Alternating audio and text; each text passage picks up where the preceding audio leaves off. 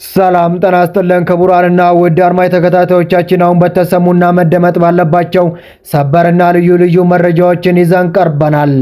እንደተለመደ ሁላችሁም ቪዲዮ ላይክ አድርጋችሁ እስከ ዜናችን ፍጻሜ ድረስ አብራችሁ እንድትቆዩ በአክብሮት እየጋበዝን ለዛሬ ያዝንላችሁን ከሀገር ውስጥና ከውጭ ዋና ዋና መረጃዎችን በማስተዋወቅ እንጀምራለን። አሁን በደረሰን እጅግ አሰቃቂ በሆነ ዜና መሰረት በሀገራችን ኢትዮጵያ ነፍሰ ጡር 14 ዓመት ታዳጊ እናት በአሰቃቂ ሁኔታ መገደሏን ፖሊስ አስታወቀም። ግድያውን በተመለከተ ማን ገደላት፣ በምን ተገደለች፣ እንዴት ተገደለች የሚለውን ዝርዝር መረጃ ፖሊስ ያወጣው እጃችን ደርሷል። በሚቀጥሉት ደቂቃዎቹ ዝርዝር መረጃ ወደ እናንተ የምናደርስ ይሆናል። እስከ ዜናችን ፍጻሜ ድረስ አብራችሁን ቆዩ። የኤርትራው ፕሬዝዳንት ኢሳያስ አፈወርቂ እናት የሆኑት ወይዘሮ አዳነች በሬ በተወለዱ በ97 ዓመታቸው ከዚህ ዓለም በሞት መለየታቸው ተገለጸ። የሞታቸው ምክንያት የኤርትራው ማስታወቂያ ሚኒስቴር ይፋ አድርጓል። በሚቀጥሉት 10 ደቂቃዎች ውስጥ ዝርዝር መረጃ ወደ እናንተ የምናደርስ ይሆናል። እስከ ዜናችን ፍጻሜ ድረስ አብራችሁን ቆዩ። እንዲሁም ለዚህ ታላቅ የዩቲዩብ ቻናል አዲስ ሲሆናችሁ ደግሞ ሁላችሁም ዩቲዩብ ቻናሉን ሰብስክራይብ አድርጋችሁ የደውል ምልክቷን በመጫን ኦል የምትለውን ያብረው። እንዲሁም ይህ መረጃ ለሌሎች ተደራሽነቱ ይበልጥ እንዲሰፋ ሁላችሁም ቪዲዮ ላይክ አድርጋችሁ ሀሳብ አስተያየታችሁን በኮሜንት አስቀምጡልን። አሁን ወደ አስደመጥናችሁ ዋና ዋና መረጃዎች በቀጥታ ወደ ዝርዝር መረጃው ከማቅናታችን በፊት የሕዝብ እንባ ጠባቂ ተቋም አስተዳደራዊ በደልን ለመከላከል የተጀመሩ ስራዎችን ማጠናከር አለበት በማለት የሕዝብ ተወካዮች ምክር ቤት ያወጣውን ጥብቅ መረጃ እናስቀድም። የሕዝብ ተወካዮች ምክር ቤት የኢትዮጵያ ሕዝብ እንባ ጠባቂ ተቋም የዜጎችን መብት ለማስጠበቅና አስተዳደራዊ በደልን ለመከላከል የተጀመሩ ስራዎች ማጠናከር እንዳለበት አሳሰበም።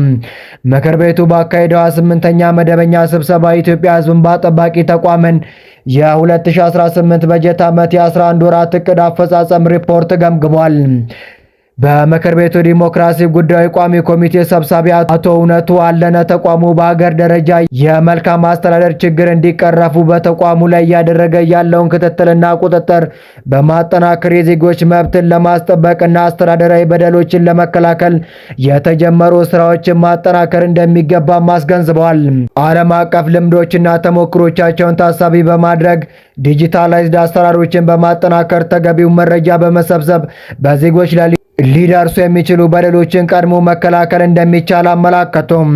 በህፃናት፣ በሴቶች፣ አረጋውያንና በአካል ጉዳተኛ የማህበረሰብ ክፍሎች ሊደርሱ የሚችሉ አስተዳደራዊ በደሎችን ለመከላከል ተቋሙ ልዩ ትኩረት ሰጥቶ መስራቱ የሚበረታታ ተግባር መሆኑን ገለጹ። ከካሳ ክፍያ ስራ፣ ከመረጃ ነጻነት፣ መንግስታዊ ባልሆኑ ተቋማት በዜጎች ላይ የሰብአዊ መብት ጥሰት እንዳይከሰት ቀድሞ ለመከላከል የግንዛቤ ስራዎችን መስራት እንደሚገባ የምክር ቤት አባላቱ አስገነዘበ። የኢትዮጵያ ሕዝብ እንባ ጠባቂ ተቋም ዋና እንባ ጠባቂ ወይዘሮ ስመኙ ቤ ከምክር ቤቱ አባላት ለቀረቡላቸው ጥያቄዎች በሰጡት ምላሽና ማብራሪያም ሰጥተዋል። በማብራሪያቸው በበጀት ዓመቱ በ201 የመንግስት ተቋማት ላይ ክትትልና ቁጥጥር ተፈጻሚ ማድረግ መቻሉን ገለጹ። ዲጂታል አሰራሮችን በማጠናከርና የተለያዩ መገናኛ ዘዴዎችን በመጠቀም የአገልግሎት አሰጣጡን በማዘመን መረጃ መሰብሰብ መቻሉን መግለጻቸውን የምክር ቤቱ መረጃ ያመላክታል።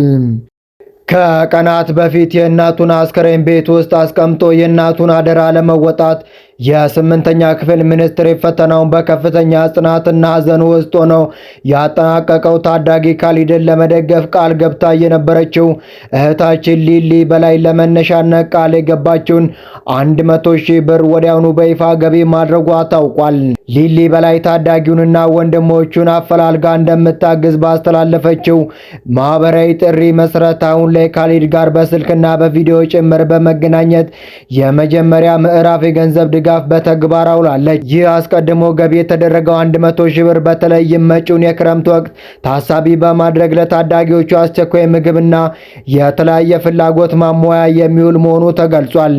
ሊሊ በላይ ከዚህም በተጨማሪም ለቤተሰብ ዘላቂና አስተማማኝ ዋስትና የሚሆኑ ሌሎች ተግባራትንም በዚህ አጋጣሚ አብራ አረጋግጣለች። መላውን የሀገሪቱን ሕዝብ ያስለቀሰና ያስደመመ እንደነበር ይታወሳል። ይህ በእንባና በከፍተኛ እውነታዊ ርኅራኄ የታጀበ የሊሊ በላይ ፈጣን ምላሽ ማህበራዊ አንድነትንና እርስ በርስ መደጋገፍን በተግባር ያሳየ እጅግ የሚያኮራ ተግባር ሆኖ ታይቷል። በጋሞ ዞን ምዕራብ አባያ ወረዳ አንኮበር ቀበሌ ለሰሚ የሚከብድ ጆሮን ጭው ያስባለ አሳዛኝ ክስተት ተፈጸመ። ምስጋና ቦረና በቤት ስሟ ዲቦራ የተባለች 14 ዓመት ታዳጊ ሕፃን ሰኔ 14 ቀን 2018 ዓ.ም አሰቃቂ በሆነ ሁኔታ በወንዝ ዳርቻ ተገላም ትገኛለች። በጊዜያዊነት በግድያ ወንጀል የተጠረጠረው ግለሰብ ልጅቱን እንዳስረገዘና አገባሻለሁ በማለት ይዟት እንደሄደ የታወቀ ሲሆን ሰው ገድያለሁ በማለት ለፖሊስ ቃል በመስጠት እጁን እንደሰጠም ሰምተናል። በዚህም ፖሊስ የአስክሬን ምርመራ በአርባ ምንጭ ሆስፒታል አድርጎ ለቤተሰብ ለቀብር ስነ ስርዓት ካስረከበ በኋላ ለተጨማሪ ምርመራ በግድያ የተጠረጠረው ግለሰብ ቤተሰቦችን ፖሊስ አስሮ በሚጠይቅበት ጊዜ ገድያለሁ ያለውን ቃሉን ቀይሮ አልገደልኩም በማለት ቃል በመስጠቱ ምክንያት ለተጨማሪ አስክሬን ምርመራ ወደ አዲስ አበባ መላኩን ሰምተናል።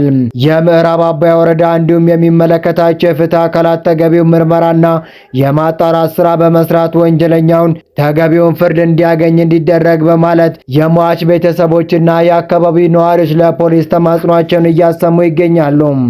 የኤርትራው ፕሬዝዳንት ኢሳያስ አፈወርቂ እናት የሆኑት ወይዘሮ አዳነች በርሄ በተወለዱ በ97 ዓመታቸው ከዚህ ዓለም በሞት መለየታቸውን የኤርትራው ማስታወቂያ ሚኒስቴር ይፋ አደረጉም። ሀገሪቱ ነፃነቷ ከታወጀበት ጊዜ ጀምሮ ላለፉት ከ3 አስርት ዓመታት በላይ በስልጣን ላይ የሚገኙትን የ80 ዓመቱን መሪ የወለዱት እኚህ አዛውንት ከዚህ ዓለም የተሰናበቱት ባለፈው ሰኞ ዕለት መሆኑም ታውቋል። እንደ ሚኒስትሩ ይፋዊ መግለጫ ከሆነ ሰኔ 17 ቀን 2018 ዓ.ም በአስመራ ከተማ አቅራቢያ በሚገኘው ትውልድ ቀያቸው በተከናወነ ሽኝት ስነ ስርዓት ላይ ፕሬዝዳንት ኢሳያስ አፈወርቂን ጨምሮ የቅርብ ቤተሰቦቻቸው፣ የሃይማኖት አባቶችና የሀገሪቱ ከፍተኛ የመንግስት የሥራ ኃላፊዎች ተገኝተዋል። ወይዘሮ አዳነች በርሄ ከአቶ አፈወርቂ አብርሃ ጋር በነበራቸው የትዳር ሕይወት 14 ልጆቻቸው ማፍራት የቻሉ ሲሆን ከነዚህም መካከል 9ኙ በኤርትራ ነጻነት ተጋድሎና እንቅስቃሴ ውስጥ በንቃት መሳተፋቸውም ይነገራል።